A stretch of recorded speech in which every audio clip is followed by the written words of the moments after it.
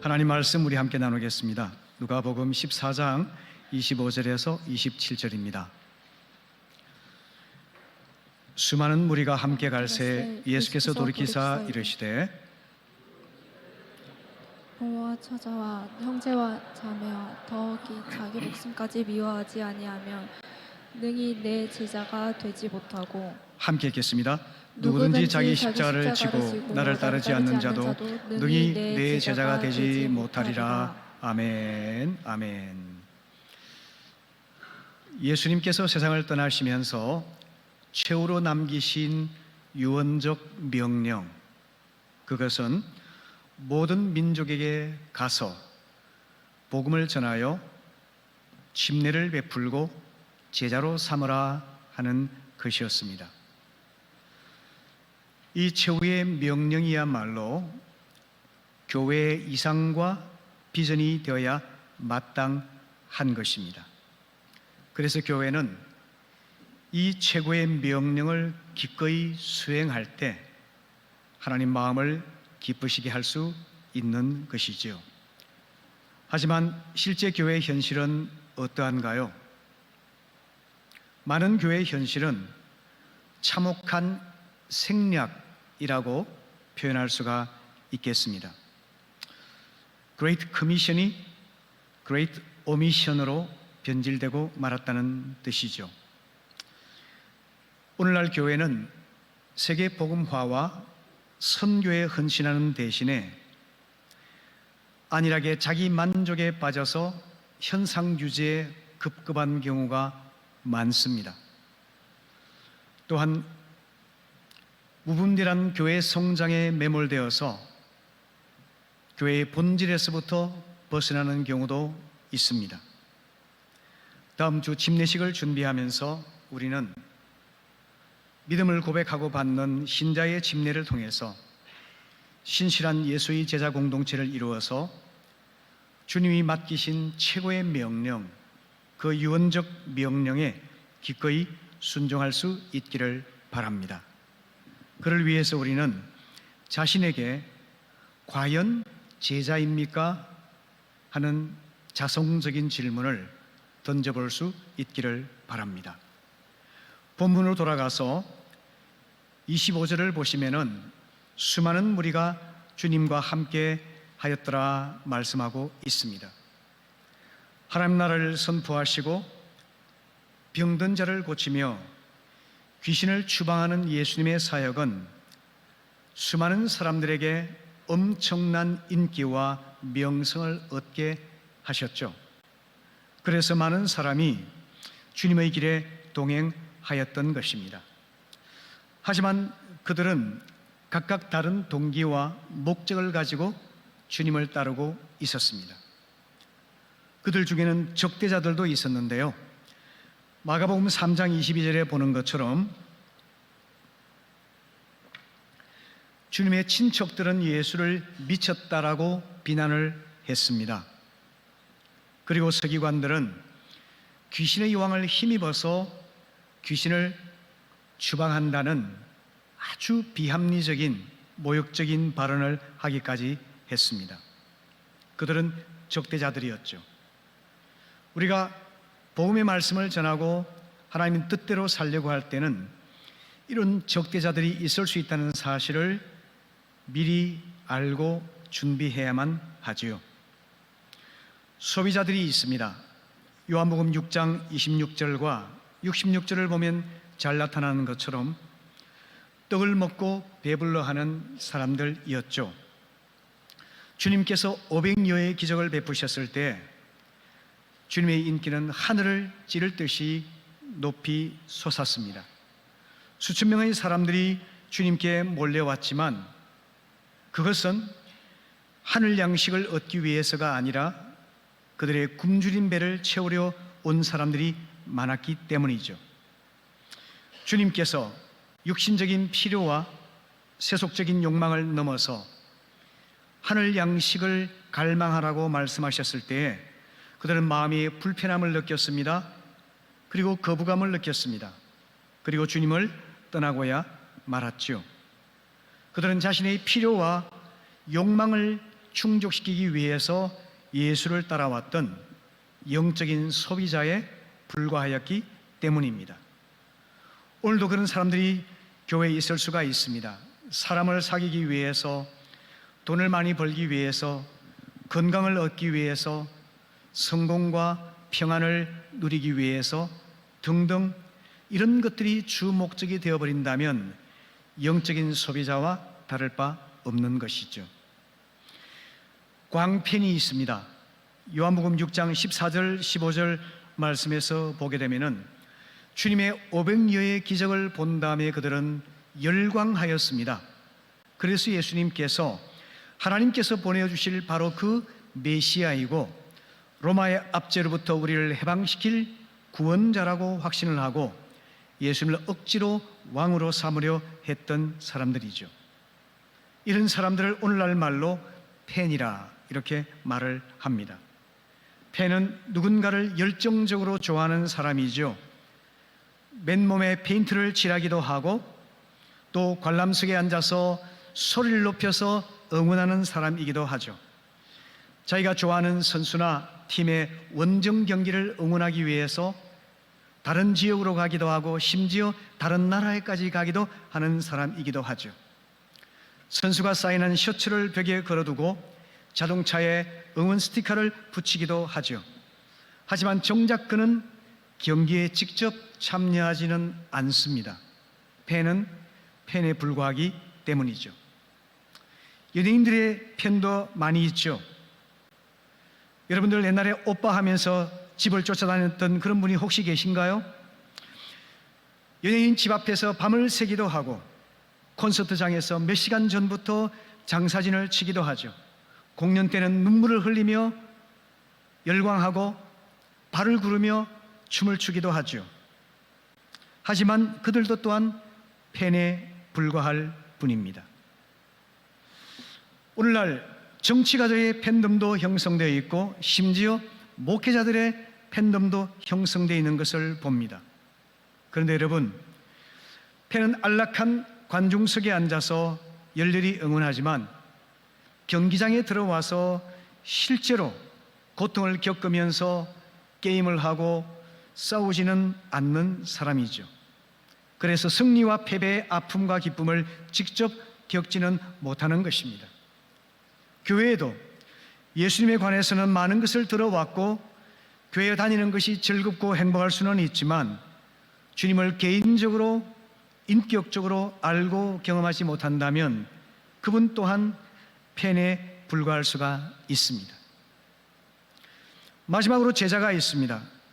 요한복음 6장 67절 이하의 말씀에서 주님께서 광팬들이 떠나간 다음에 이렇게 질문하십니다. 너희도 가려느냐? 라고 물었을 때에 베드로가 대답을 하죠. 주님, 영생의 말씀이 계신데 우리가 누구에게로 가겠습니까? 주님은 하나님께서 보내신 거룩하신 메시아임을 고백합니다 라고 이야기를 합니다. 바로 이런 사람이 제자라고 하는 것입니다. 사람들 중에는 구형꾼도 있었고 적대자도 있었고 소비자도 있었고 광팬도 있었지만 주님의 무겁고 불편한 말씀을 들었을 때는 그들은 떠나가고야 말았죠. 오직 믿음의 확신을 가진 소수의 신실한 제자들만이 주님 곁을 지키고 있었습니다. 만일 주님께서 메시지를 타협하신다거나 또 말을 부드럽게 한다거나 했다면 더 많은 사람이 주님을 따르지 않았을까요? 하지만 주님은 그렇게 하지 않으셨습니다.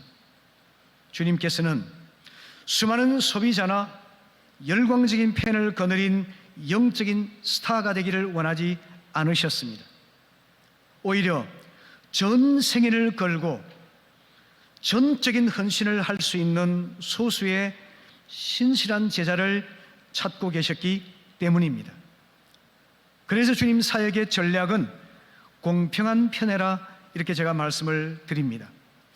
대중을 향해서 골고루 섬기되 소수의 신실한 제자에게 에너지와 관심을 집중하셨던 것이죠.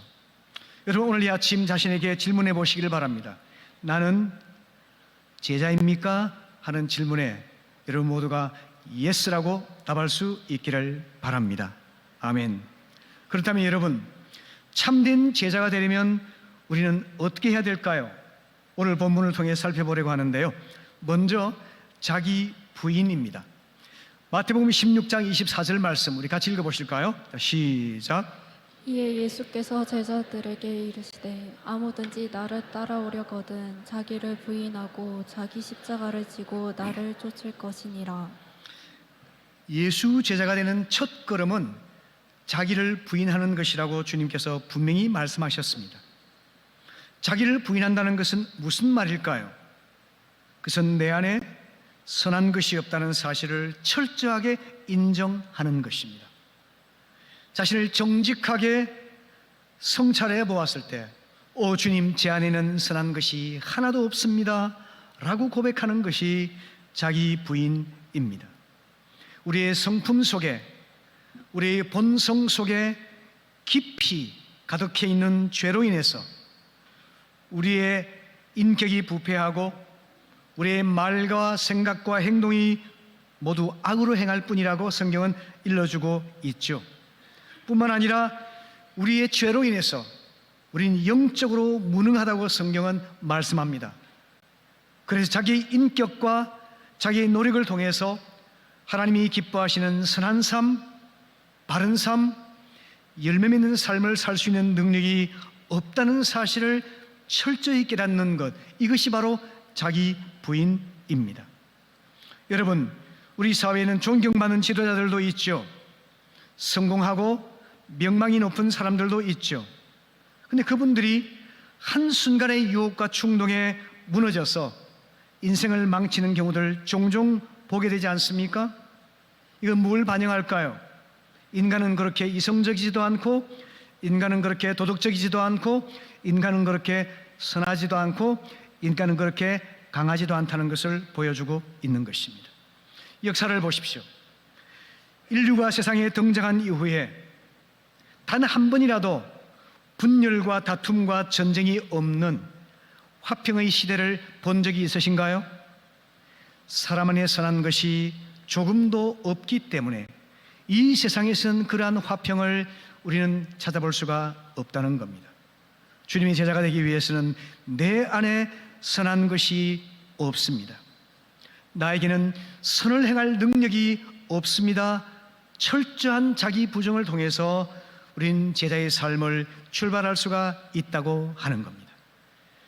자기 부정을 통해서 오직 하나님만이 선하시고 하나님과 손을 붙들고 인도를 따라 살아갈 그때만이 우리는 주님이 원하시는 제자의 삶을 살아갈 수 있음을 깊이 깨닫고 아멘으로 응답할 수 있기를 바랍니다. 갈라디아 2장 20절 말씀 읽어보실까요? 시작. 내가 그리스도와 함께 십자가에 못 박혔나니 그런즉 이제는 내가 사는 것이 아니요 오직 내 안에 그리스도께서 사시는 것이라. 이제 내가 육체 가운데 사는 것은 나를 사랑하사 나를 위하여 자기 자신을 버리신 하나님의 아들을 믿는 믿음 안에서 사는 것이라. 아멘. 내 자신이 그리스도와 연합하여 십자가에서 완전히 죽어버렸고 부활하신 그리스도와 함께 부활의 새 생명을 산다는 분명한 고백을 할 때 우린 내 자신의 자아가 아니라 부활의 새 생명으로 새 삶을 살아갈 수가 있는 겁니다. 이게 자기 부인 속에 담겨져 있는 신비한 진리입니다.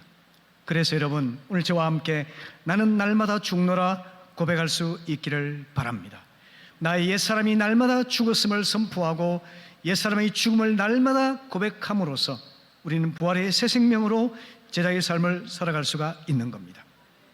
실제적인 의미에서 자기 부인은 자아의 욕망을 부인하는 것입니다.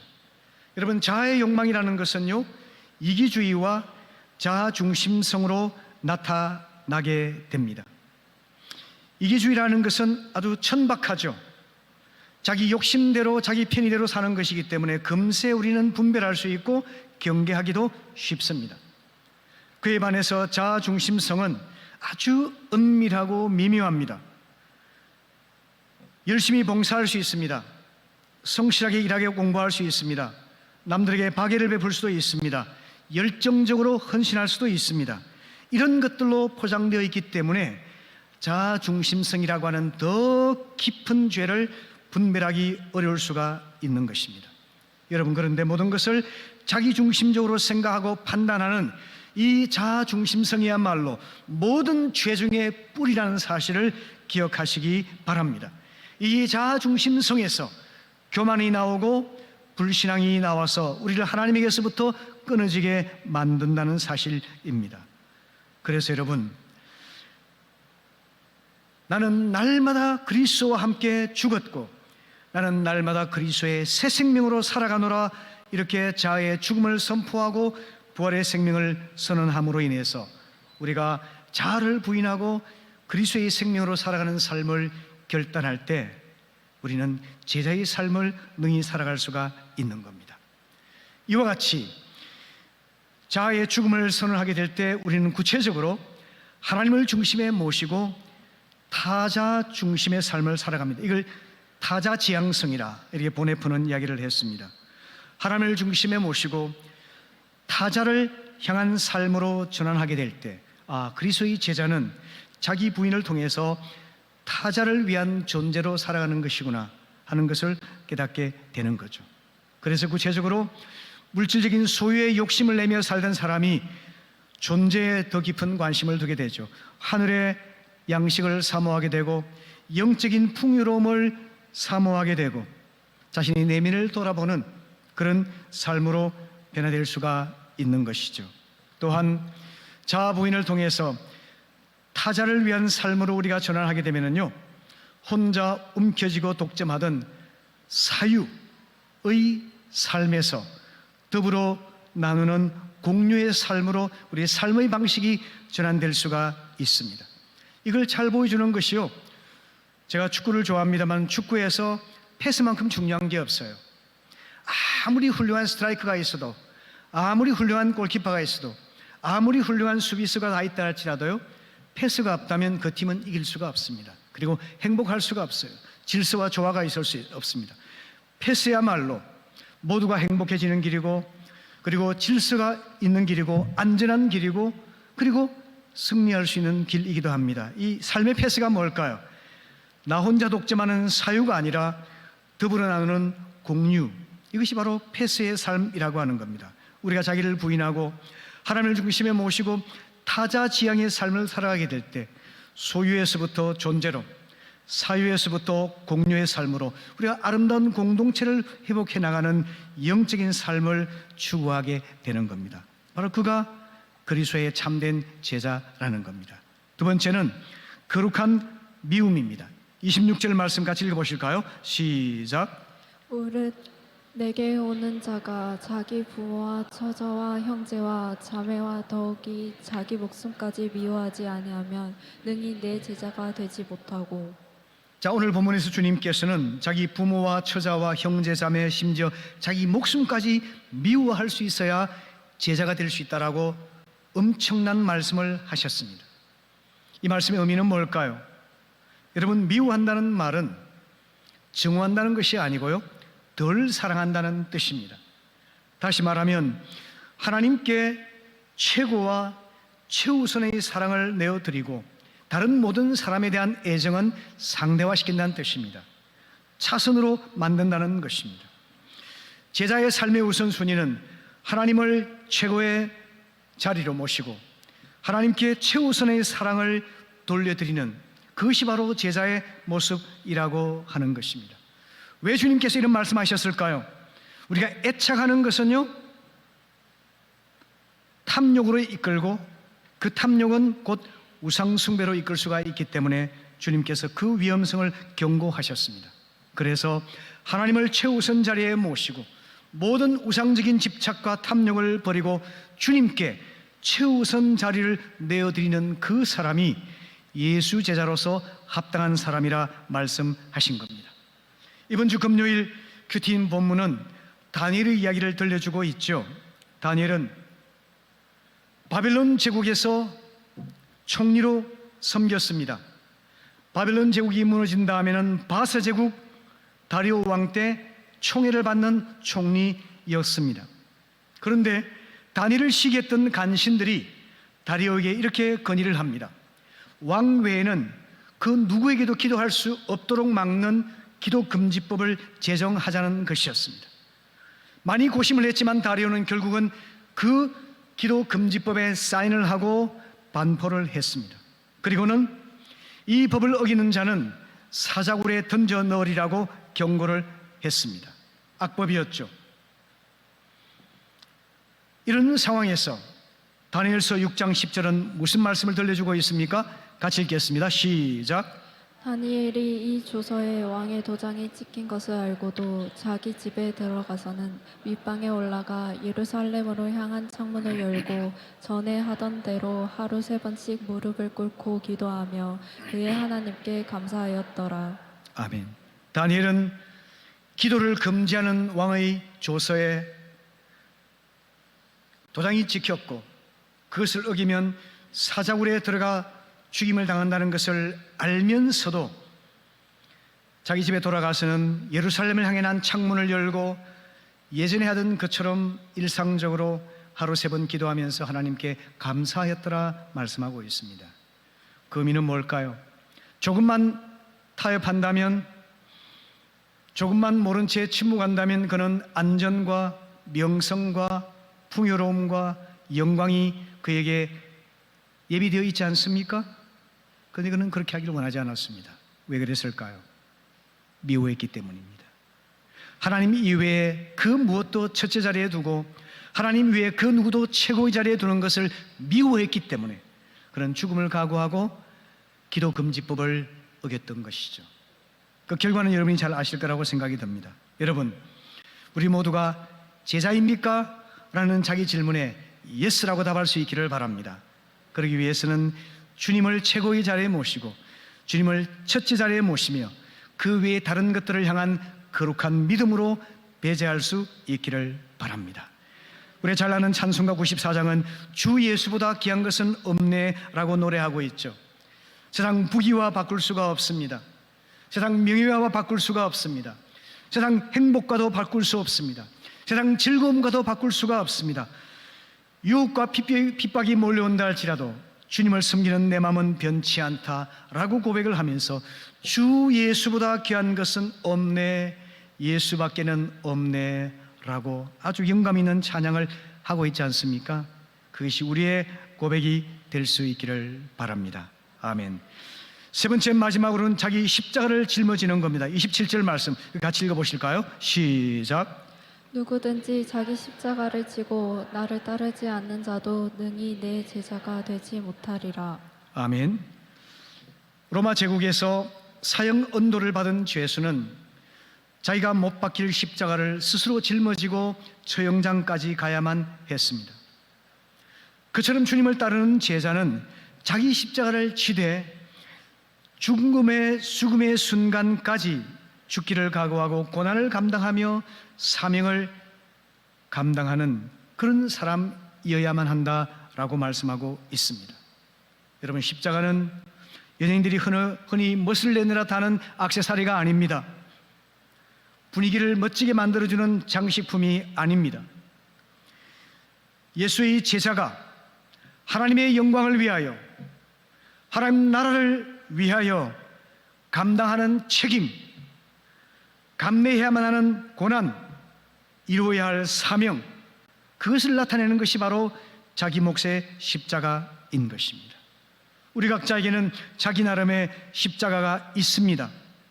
가정을 지키기 위한 결혼의 십자가가 있죠. 방황하는 자녀를 위한 자녀의 십자가가 있죠. 소명의 삶을 살기 위한 일터의 십자가가 있죠.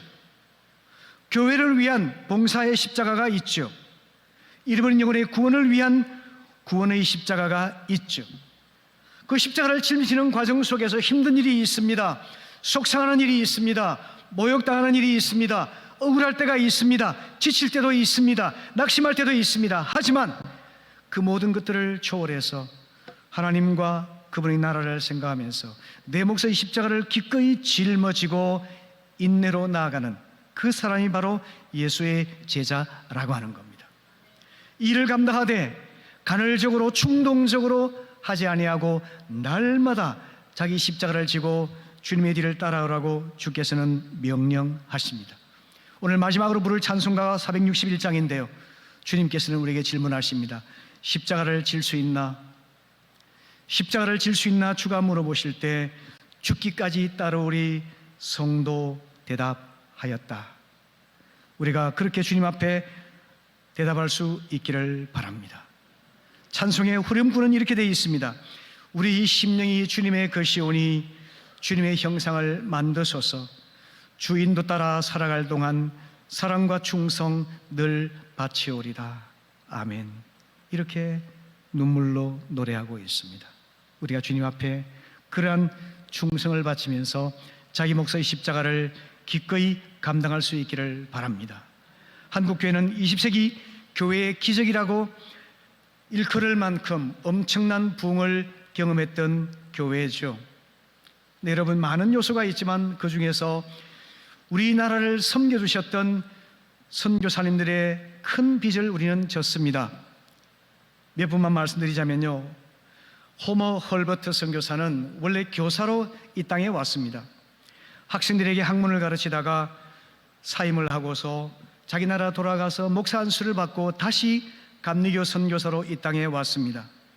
우리의 국권이 일제에 침탈당하는 그 어려운 상황에서 한국의 독립을 위해서 큰 활약을 했고 고종의 밀사로 미국에 파송되기도 했었죠. 누구보다 한국을 사랑하고 한국을 깊이 이해했던 그는 죽음 유언에서 이렇게 말을 했습니다. 나는 웨스트민스터 사원에 묻히기보다 조선에 묻히기를 원하노라 말했습니다. 여러분, 웨스트민스터 사원은 런던에 있는 영국 교회를 상징하는 가장 영광스러운 자리죠. 그 묘지에 묻히기보다는 이 비천한 한국 땅에 묻히기를 원하노라 할 정도로 한국을 사랑했던 분이셨죠. 자기 몫의 십자가를 짊어진 겁니다. 마리 위드슨이라는 여선교사님은요, 그 아들이 친구였습니다. 버려진 그 아들을 데려와서 양육하고 보살펴 주었던 분이었습니다. 8년간 한국 봉사를 마친 후에 돌아갔다가 6.25 전쟁으로 이 땅이 폐허가 됐을 때 다시 이 땅에 왔습니다. 그런데 오신 지 5개월 만에 위암으로 돌아가시게 되었는데요. 그럴 때 그분이 이런 말을 남겼습니다. 여러분, 내가 죽어도 서러워하지 마십시오. 하나님께 영광을 돌리세요. 오늘 나는 한국에서 하나님께로 가는 것을 무한한 기쁨으로 생각합니다 라고 고백을 하면서 마지막으로 남긴 유언이 나는 한국을 사랑했습니다 라고 했습니다. 루비 캔드릭 선교사는 텍사스 출신의 20대 젊은 여성 선교사입니다. 그녀는 짧은 8개월 동안 이 땅에서 섬기다가 병에 걸려서 돌아가셨습니다. 그가 부모님에게 이런 편지를 보냈는데요. 엄마, 아빠, 나는 내 심장을 이 땅에 묻겠습니다 라고 했습니다. 그녀가 마지막 남긴 말은 나에게 1000개의 생명이 주어진다 해도 그 모두를 조선에 바치겠습니다. 놀랍지 않습니까? 그런 선교사님들의 희생과 헌신의 십자가 힘입어서 이 땅에 영적인 부흥이 일어났고 영적인 변화들이 일어날 수가 있었던 것이죠. 양화진 외국인 선교사 묘원에는 아기들의 묘비가 있는데요. 이 아기들은 자신의 의지와 상관없이 부모를 따라온 아기들도 있고 한국에서 태어난 아기들도 있습니다. 그런데 전염병을 만나거나 또 풍토병으로 인해서 일찍 죽었던 아이들이 있습니다. 38명이 서울 양화진 선교사 묘원에 묻혀 있는데요. 어린 자녀를 이국 땅에 묻을 때 그 부모의 마음이 어땠을까요? 사람들의 조롱과 멸시가 있었습니다. 비난이 있었습니다. 많은 의심과 회의도 있었겠죠. 하지만 그 선교사님들의 마음을 사로잡았던 것은 하나님의 부름을 따라서 이 땅에 잃어버린 영혼들을 구원하기 위해서, 가난과 고난 가운데 있는 이 나라를 섬기기 위해서 자신의 생명과 인생을 바쳤기에 그 고난을 기꺼이 이겨내었던 것입니다. 여러분, 우리가 주님의 십자가를 지는 데 있어서는 가난과 고난과 비난이라는 삼난을 피할 수가 없습니다. 그것을 기꺼이 맞이하게 될 때 우리 주님께서 우리의 그 십자가를 통해서 많은 영혼들을 얻게 하시고 이 땅의 교회들을 새롭게 하시고 이 죄로 얼룩진 세상 속에 하나님 나라를 회복하는 그 일에 사용하여 주실 것이라고 믿습니다. 말씀을 마무리하겠습니다. 우리 주님께서는 신실한 제자에 대해서 보상을 약속하셨습니다. 십자가 없이는 면류관도 없다는 말처럼 십자가를 지는 것은 고통스럽고 괴로운 일이지만 십자가를 잘 짊어지게 되면 우리 하나님께서 위로하시고 보상해 주신다는 겁니다. 마태복음 6장 33절 같이 읽어보실까요? 시작. 하나님의 나라와 의를 구하는 자들에게 이 모든 것을 더하여 주시리라. 아멘. 여러분, 제가 마음 깊이 간직하고 있는 하나님의 위대한 약속입니다. 내가 하나님의 나라와 의를 위하여 하나님의 영광과 그분의 나라를 위해서 헌신할 때 인간적으로 계산하면 안 되는 것 같아도 내가 가진 것은 아무것도 없다 할지라도 하나님께서 책임져 주신다는 겁니다. 여러분, 그 사실을 마음으로 믿고 아멘 하시기를 바랍니다. 하나님 나라와 의를 구하는 자에게 이 모든 것을 더하여 주신다는 약속입니다. 그것이 마가복음 10장 29, 30절의 말씀처럼 내가 진실로 진실로 너에게 이르노니 나와 복음을 위하여 집이나 형제나 자매나 어머니나 아버지나 자식이나 전토를 벌인 자는 현세에 있어 집과 형제와 자매와 어머니와 자식과 전토를 100배나 받되 박해를 겸하여 받고 내세 영생을 받지 못할 자가 없느니라 주님이 약속하셨죠. 여러분, 우리 주님은 십자가를 잘 짊어진 제자에게 분명한 보상을 약속하셨습니다. 상급을 약속하셨습니다. 영원한 하나님 나라의 영생과 천국에서의 위로를 약속하셨습니다. 우리 모두가 제자입니까? 하는 자신의 질문에 예, 주님 부족하지만 저는 제자의 길을 신실하게 걸어가겠습니다. 우리 주님의 마음을 기쁘시게 하는 제자로 살아가겠습니다. 이렇게 우리가 고백할 수 있기를 바랍니다.